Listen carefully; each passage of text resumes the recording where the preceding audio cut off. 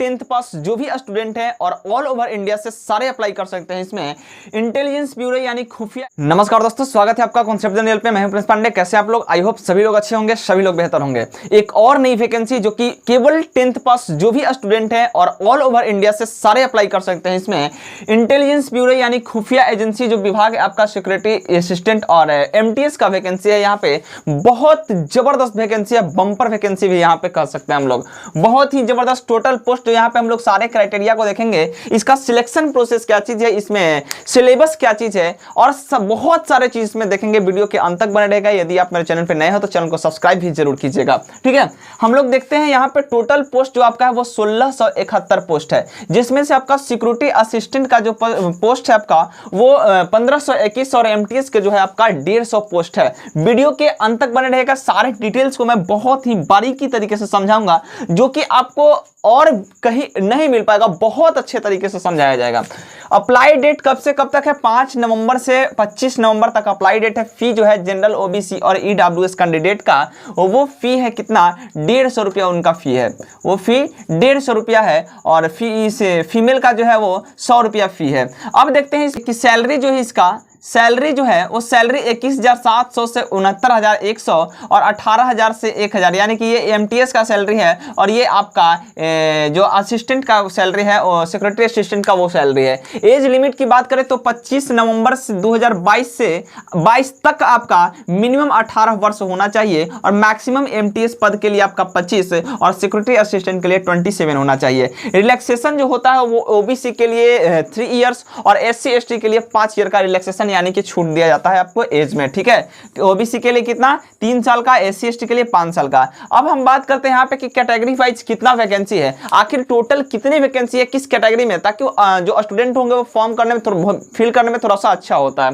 देखो general category का मेरे भाई वो कितना है, देखिए थोड़ा सा 755 है इंटेलिजेंस ब्यूरो यहाँ सिक्योरिटी में, खुफिया एजेंसी जो आपका है सिक्योरिटी आपका सुरक्षा में, वहां पे सुरक्षा सहायक। ईडब्ल्यूएस में जो है आपका 152 है और ओबीसी में 271 है और एससी में 240, एसटी में 103 है। वहीं पे एमटीएस में 68 पोस्ट है, जनरल के लिए ईडब्ल्यूएस के लिए 15 पोस्ट है, ओबीसी के लिए 35 पोस्ट है, एससी के लिए 16 पोस्ट है और एसटी के लिए 16 पोस्ट है। अब आते हैं कि एलिजिबिलिटी क्या चीज है। तो हमने शुरू में ही बोला है कि ओनली 10th पास ऑल ओवर इंडिया के कैंडिडेट अप्लाई कर सकते हैं। ऑल ओवर इंडिया के जितने स्टूडेंट है वो अप्लाई कर सकते हैं। इसमें थोड़ी सी वैकेंसी में है क्या चीज है, तो आपको लोकल लैंग्वेज की जानकारी होने चाहिए। जहां से आप फॉर्म फिल करेंगे, जहां के लिए आप फॉर्म फिल करेंगे, यदि आप बिहार के हैं, यदि पटना के लिए फिल करते हैं या दिल्ली में भी कर सकते हैं, तो वहां का लोकल लैंग्वेज भी आपको जानना जरूरी है। और ये एक पीडीएफ टाइप है, वो उसमें आपको मैं सारा चीज आपको बता दूंगा और सारा चीज आपको पीडीएफ वो दे दूंगा। उसमें क्या चीज है कि आपका जैसे बिहार है तो पटना में आपका हिंदी लैंग्वेज आपका जानना बहुत जरूरी है, लोकल लैंग्वेज का ज्ञान आपका बहुत जरूरी है, यानी लोकल लैंग्वेज का नॉलेज एकदम नेसेसरी है, आपको बहुत ही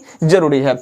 अब देखेंगे एलिजिबिलिटी में सबसे पहले 10th पास आपका होना चाहिए, domicile related to applied zone, जहां का आप अप्लाई करेंगे। यदि आप वहां से अप्लाई कर रहे हैं, पटना अप्लाई कर रहे हैं, थोड़ा सा समझिएगा, यदि हम पटना के लिए अप्लाई कर रहे हैं, पटना में अप्लाई कर रहे हैं, तो आपका बिहार का रेसिडेंशियल आपका होना चाहिए, यानी कि आवासीय आपका बिहार का होना चाहिए। ये थोड़ा सा समझिएगा। यदि आप दिल्ली से कर रहे हैं तो दिल्ली के लिए, यदि आप और स्टेट से गुजरात से कर रहे हैं तो वहां से गुजरात का होना चाहिए, ठीक है।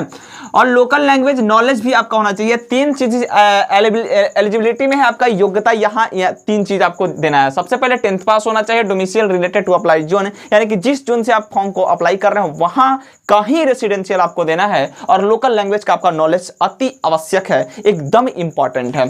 अब आते हैं यहाँ पे सिलेबस की थोड़ा सा बात हम लोग कर लेते हैं। तो सिलेबस टियर 1 में जो सिलेबस है, सबसे पहले हम लोग देखेंगे 100 क्वेश्चंस होते हैं और 100 मार्क्स का होगा और टाइम जो होगा वो 1 आवर का दिया जाएगा। मैथ में आपका 20 क्वेश्चन होगा, रीजनिंग का भी आपका 20 क्वेश्चन होगा, जीके और जीएस दोनों मिलाकर के 40 क्वेश्चन होगा, 20-20, और इंग्लिश का भी आपका 20 क्वेश्चन होगा। नेगेटिव मार्किंग की बात करें तो 1/4 है, यानी कि 4 यदि गलत कीजिएगा तो 1 सही आपका कैंसिल हो जाएगा। 1/4 0.25 नेगेटिव मार्किंग है।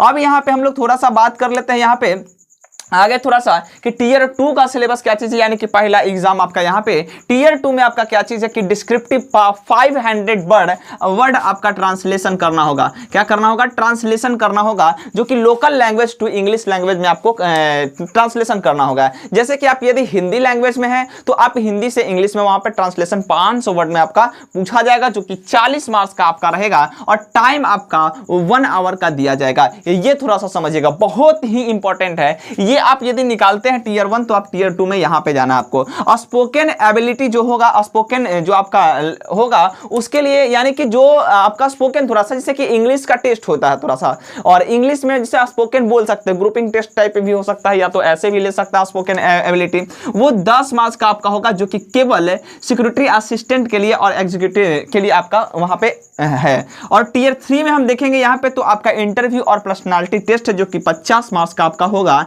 ये बहुत ही इंपॉर्टेंट है सिलेक्शन प्रोसेस के लिए। यानी कि देखो भाई, अब खुफिया विभाग है, खुफिया विभाग में आपको ले जा रहा है, यानी कि भारत के सुरक्षा के आप वहां पे मेंबर हैं, भारत के सुरक्षा के आप सदस्य हैं वहां पे, यानी कि जो भी भारतीय सुरक्षा में बाधा उत्पन्न होगा उसको आपको जानकारी सबसे पहले निकालना होगा, वही खुफिया विभाग में आपको जॉब करना है। जॉब प्रोफाइल की थोड़ा सा बात कर ले तो वही चीज है, डाटा एंट्री का पोस्ट मिल सकता है यदि आप एमटीएस से जाएंगे तो, और यदि आप असिस्टेंट में है तो थोड़ा सा और अपर लेवल का पोस्ट मिल सकता है। तो यही तक आपका जो आपका वैकेंसी है उसका ओवरव्यू है।